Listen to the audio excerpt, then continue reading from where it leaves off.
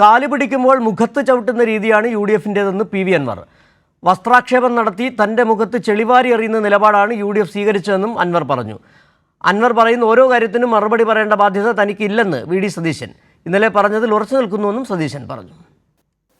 ഇനിയിപ്പോൾ ഒരു വടിയാണ് അവിടെ UDF നിർത്തിയിട്ടുള്ളത്. ആ UDF-ൻ്റെ ഭാഗമാണെങ്കിൽ എനിക്കെന്താ പ്രയാസം?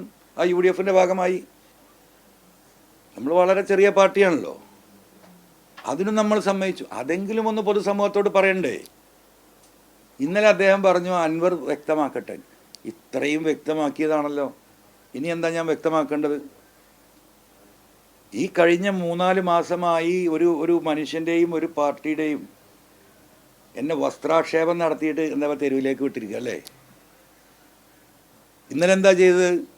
വസ്ത്രാക്ഷേപം നടത്തി തെരുവിൽ വിട്ട് എൻ്റെ മുഖത്തേക്ക് ചളിവാരി എറിയണം. അത് കാണുന്നുണ്ടല്ലോ എല്ലാം. ഇന്നലെ അദ്ദേഹത്തിൻ്റെ തീരുമാനം എന്താ? എന്നെ ദയാവധത്തിന് വിട്ടിരിക്കുകയാണ്.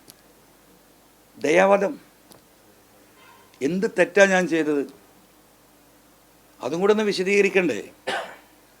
അൻവർ വിഷയത്തിൽ പ്രതികരിക്കേണ്ടതാണോ? അങ്ങനെയാ ഞാൻ നിങ്ങളോട് ഇന്നലെ പറഞ്ഞിട്ടുണ്ട്, 2 വാചകം പറയുന്നുണ്ട്. അത് എൻ്റെ വാക്കല്ല, അത് കേരളത്തിലെ കോൺഗ്രസിൻ്റെയും UDF-ൻ്റെയും തീരുമാനമാണ്. അതിൻ്റെ അപ്പുറത്തേക്ക് എനിക്കൊന്നും പറയാനില്ല. പിന്നെ നമുക്കിപ്പോൾ ഓരോരുത്തർ പറയുന്നതിനും ഞാൻ പത്രസമ്മേളനം നടത്തി മറുപടി പറയുന്നതിന് ഒരു അനൗചിത്യമുണ്ട്. ഒരു അഹങ്കാരത്തിലല്ല പറഞ്ഞത്.